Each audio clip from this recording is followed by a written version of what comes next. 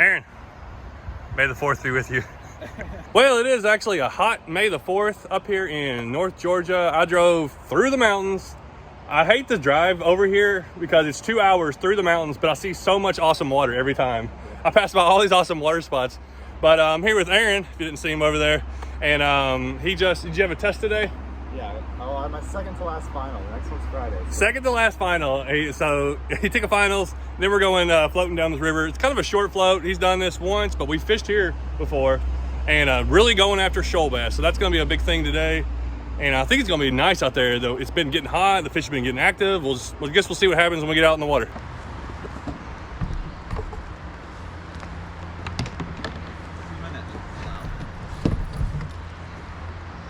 All right, I'm not exactly sure what's going on because this is a whole nother area. Like, I'm 2 hours away from him, but this is a higher elevation. The fish could be doing totally different things. Plus, there's shoal bass in here, and they have totally different, you know, are they spawn? Are they post-spawn? Are they hitting real active lures? So I got a spinnerbait, yum dinger. If I can't catch something on one of those, then I'll go something else. But if I can't catch something on one of those, usually I got problems. It's gonna be a long day.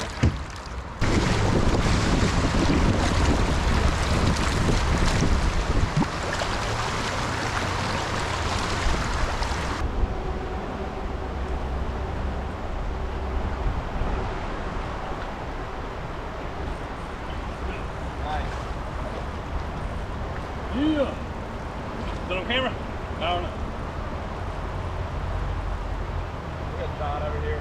We're like a few minutes in. Spot. A spot, really? Yeah, that's the one I missed. I threw up there, hit that rock over there, and he hit it. And then I followed up with a few casts. Oh, and he's off. Okay, we got it on camera. Oh, we got a little rapid. Uh-oh. Bigger than I thought. Woohoo! I did not know it was that big. Let's watch him let Aaron go first. I saw a fish in here. I'm sure where he's at. Oh, got it! Yeah! Oh my! Oh, it's a big old rainbow trout. Oh my goodness. Let me come down there. I threw the spinnerbait, had to follow. I threw the yum dinger back in there a couple times, and then I just hooked into like something strong. I was like, what is that? Big old rainbow trout. Are they, I guess they're stocked up in here, right? Yeah. Man, this thing is a good one. We're gonna get unhooked and back in the water, but look at this thing. It's like a 17-inch probably. It's sitting right there, right underneath me. Look at him right there, can you see it? You can almost grab it. I know, I'll pet it again. I'm touching it right now. That was pretty cool. All right, that was the second fish, and we were like, we barely left the ramp. All right, y'all, there's my first catch of the day. It's another nice trout, maybe a little shorter than John's, but ooh. I really can get. Oh, he's gone. Well, there's the trout I caught. It wasn't a bad one. We caught two right in these shoals, but hopefully we'll go on some bass here too. Yeah. Aaron just caught two back-to-back trout, and I caught that one. So we caught three trout out of here, like good ones. I threw a spinnerbait in again, and one of those was it Palomino? It's like so bright, like it's crazy. Just came out of there. So I'm gonna try Aaron's setup because he caught two on the Craw. Hopefully I can get one. I should have worn my chest camera. So we kind of made a change. We're definitely gonna like start targeting some of these trout, especially when these holes are loaded. But there's a Palomino one in there, but I can't seem to get the bite. But I changed the Rebel Craw like Aaron was using, and I got a nice rainbow pretty quick. So I'm just gonna unhook it and let it go.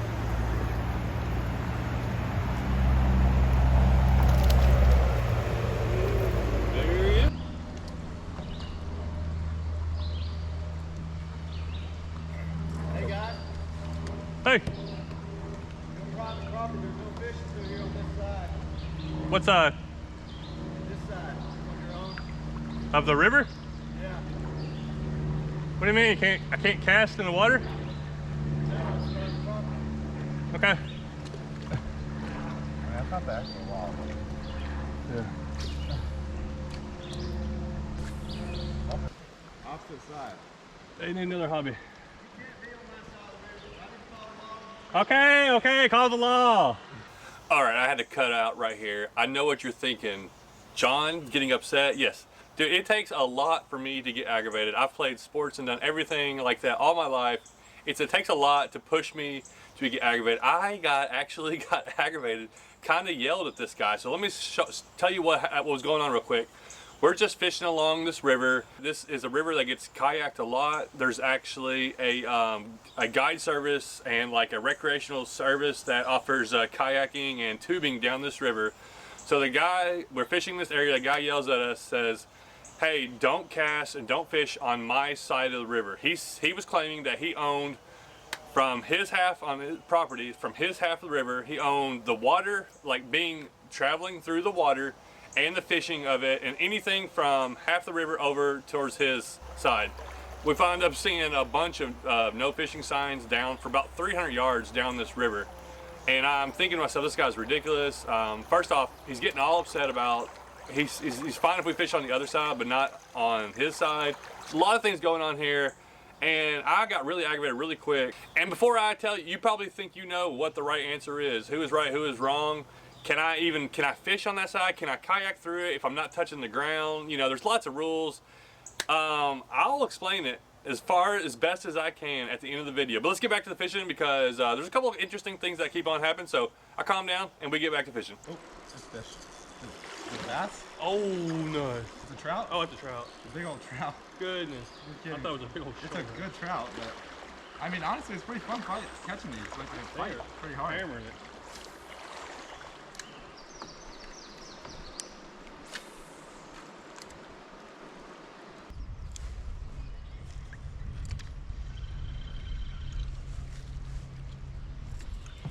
I just saw a striper.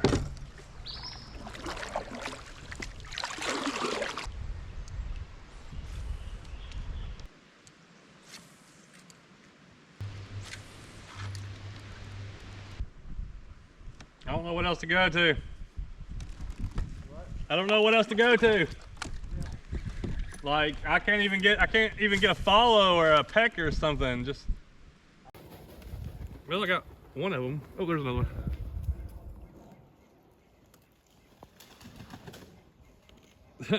Had like 5 turkeys just fly across in front of us.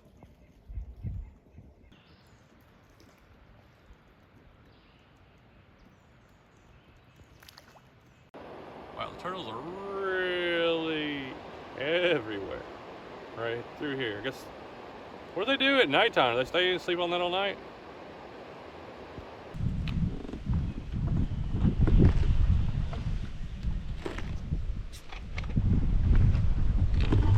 Ugh.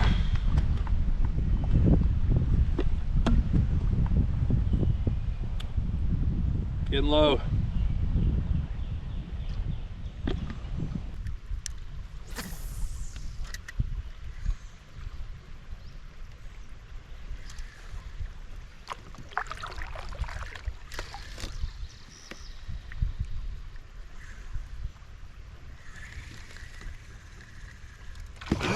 Oh my goodness! Oh, a striper. It chased my bait all the way up and hit right at the boat. Talk about waking up. Oh my goodness, it scared me half to death. I thought I had it. Ah. Oh, God, about had a heart attack right there. I was just reeled in my lure kind of quick. See this fish, just his mouth come up and like hit it. I thought he bit it. I don't know what happened. Man, we've been going through some slow stuff. Just nothing going on, been really boring. And then all of a sudden you get a wake up like that.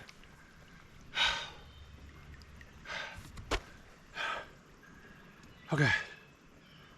I'll change the lures again. Going to a swim bait. Cover some water. We are coming up on the last stretch here, and the sun's going down. We've been out here a while. this was gonna be like a quick trip. We took our time and we've been out here for quite a while. There's this big shoal Aaron was talking about. We're gonna wade through it and fish it. It's our last chance of really getting something. And hopefully there's something biting down here just to end the day off.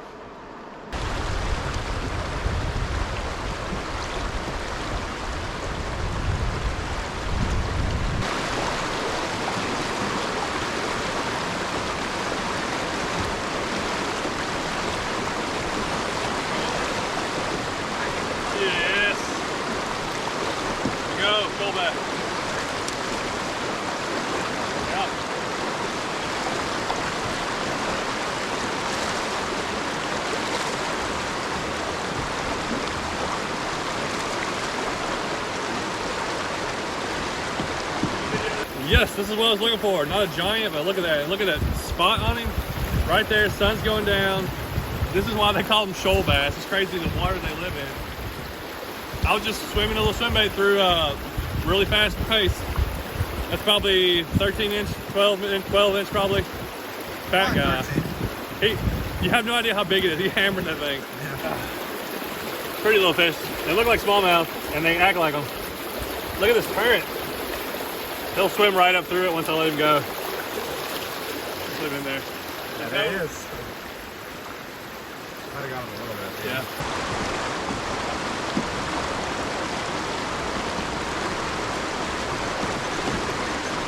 Oh yeah! Oh yeah! There it is! There's the big one. I think he's big. Yeah, he's definitely bigger. Oh yeah. Nice. Get my hand me your head. I can't reach mine. There we go. Alright, I'll do this camera for you together. That's more respectable there. It's a tough place to film and to fish. Same hole. I just switched up to spinnerbait. The dude crushed it in there. Look at the spots on another pretty one. 16 3/4. Let's go ahead and let him just go. And yep. Oh, he's fine. He's swimming back off that way. Let him do his thing.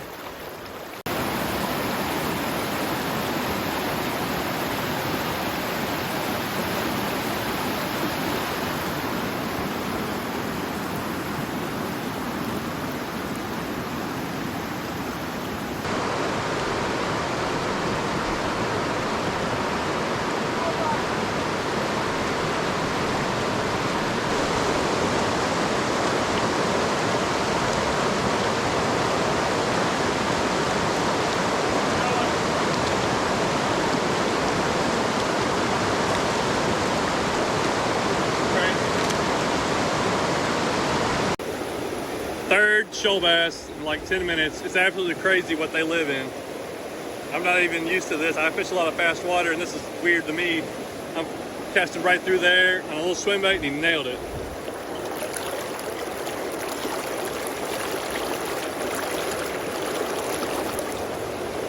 Man, that water's fast and they don't, no problem swimming in it.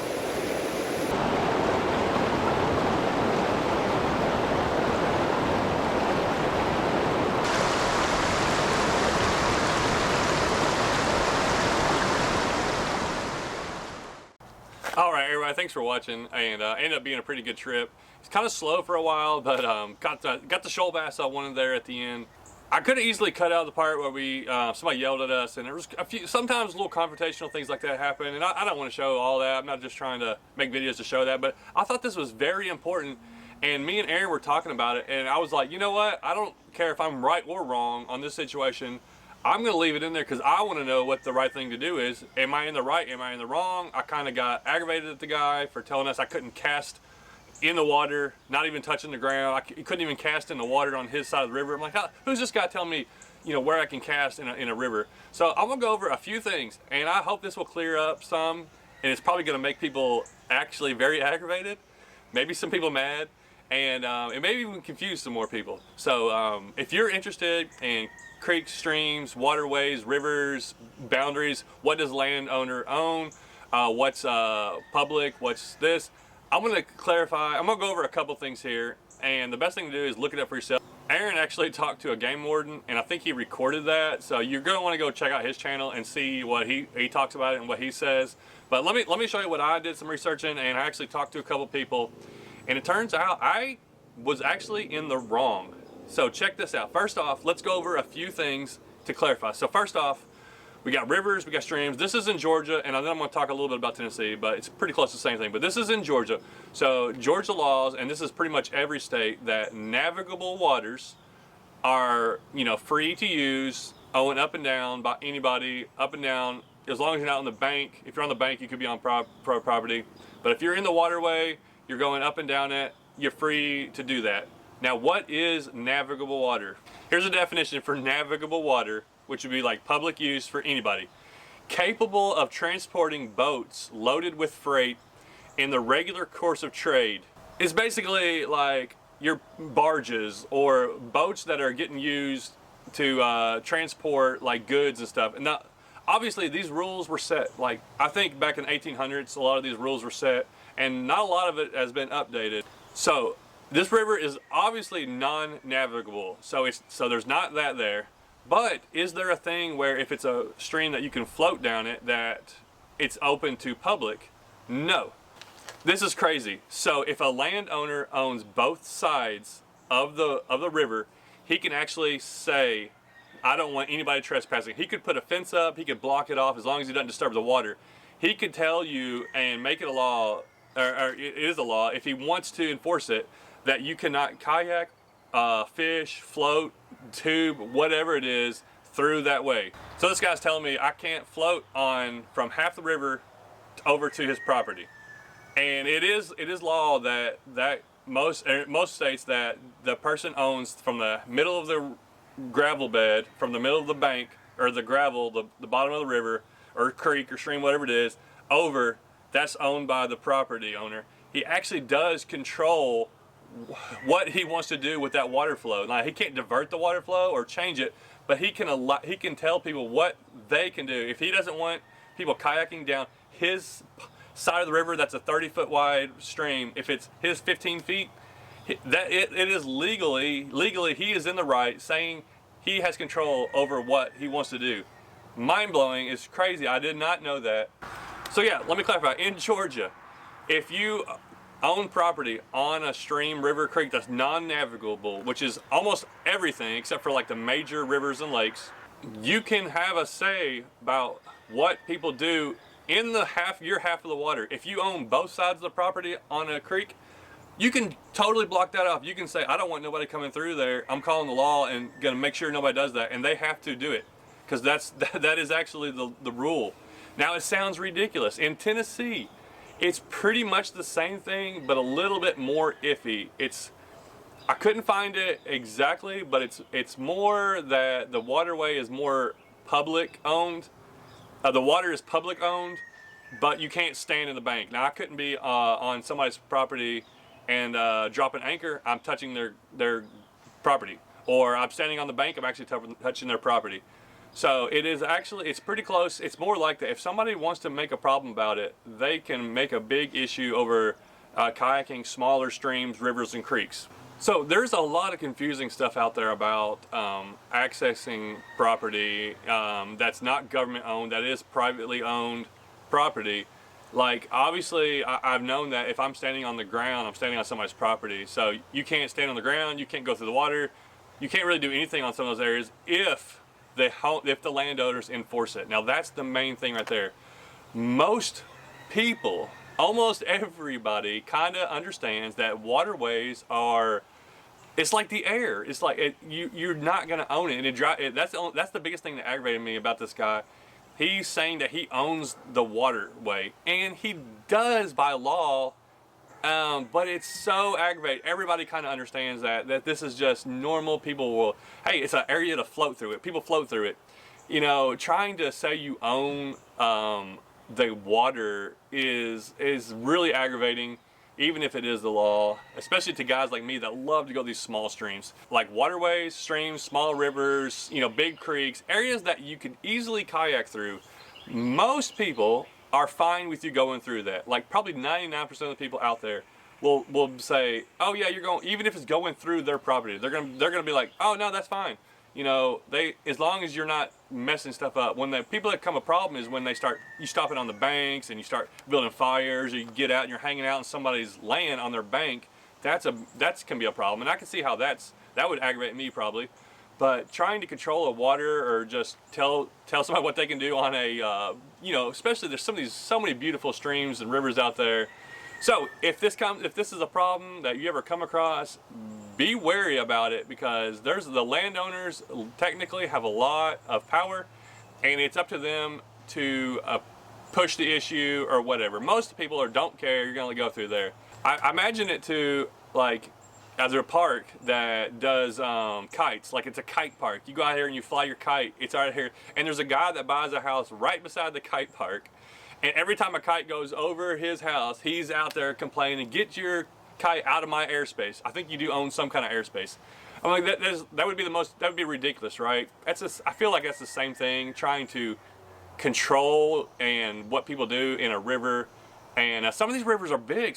There's some rivers out there that are 100, 200 feet wide that somebody owns out to the middle of it. Some of them are real skinny. And some of them get kayaked every day through private property, but people don't complain about it. There has to be every once in a while you'll meet somebody that does complain, like this guy. All right, hopefully I cleared up some stuff. I don't know. I still get more aggravated, but what I do know is I'm gonna go to as many streams and kayak as many rivers as possible. If I see a no trespassing sign, I'm not getting out on the bank. If there's areas where I feel like I can get out on the bank, I'm gonna get on the bank, because I don't think people mind. They enjoy other people being out there and enjoying nature. But you have to just be careful about what are the laws. Don't push it on people. If someone says move, move. If someone says don't do this, don't do this. Hopefully they change some of these laws where you can actually go through, because what if this guy buys a property on the other side, and he owns both sides of the property of the river? He could actually shut off anybody coming through there. If anybody went through there, he could legally call the police, and the police would have to come out. Now, there is right up on this stretch, there's a canoe and raft service like a mile from this guy's house that goes through. He's going to have 1 million people going through there on Saturdays and Sundays, and you know, when in the summertime. This guy could literally shut that down on a beautiful river.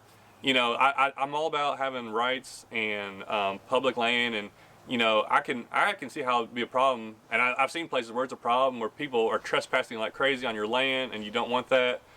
But trying to control a river, it just seems like it was going too far. Don't be that guy. Don't be that person being an idiot. I feel like trying to control, you know, a river, as long as people are going through and they're not getting off on your property. So anyways, hopefully that clears some stuff up. I would definitely recommend going out and checking out Aaron's video. He may clarify this a lot easier than me. I don't know. It just aggravated me from all this, and I don't think it's going to mess any of my fishing up, because I'm still going to do the same things. Because I go to lots of places. I'll tell you this. I go to lots of places that are on private property. I walk in on private property. I walk in on private property. I wade, I fish the bank. The owners don't care. I've talked to some of these owners. I've seen some of these places. Now I'm careful. If I see a no trespassing sign, I'm not passing it, because that guy's going to force it. But the majority of places out there are private property. And a lot of them are just, you know, through areas where, now that's, you know, that's pretty much commonly used, and everybody goes there. So just be on the lookout, and if somebody says something, just don't go there, don't get out of the way, watch out for no trespassing signs.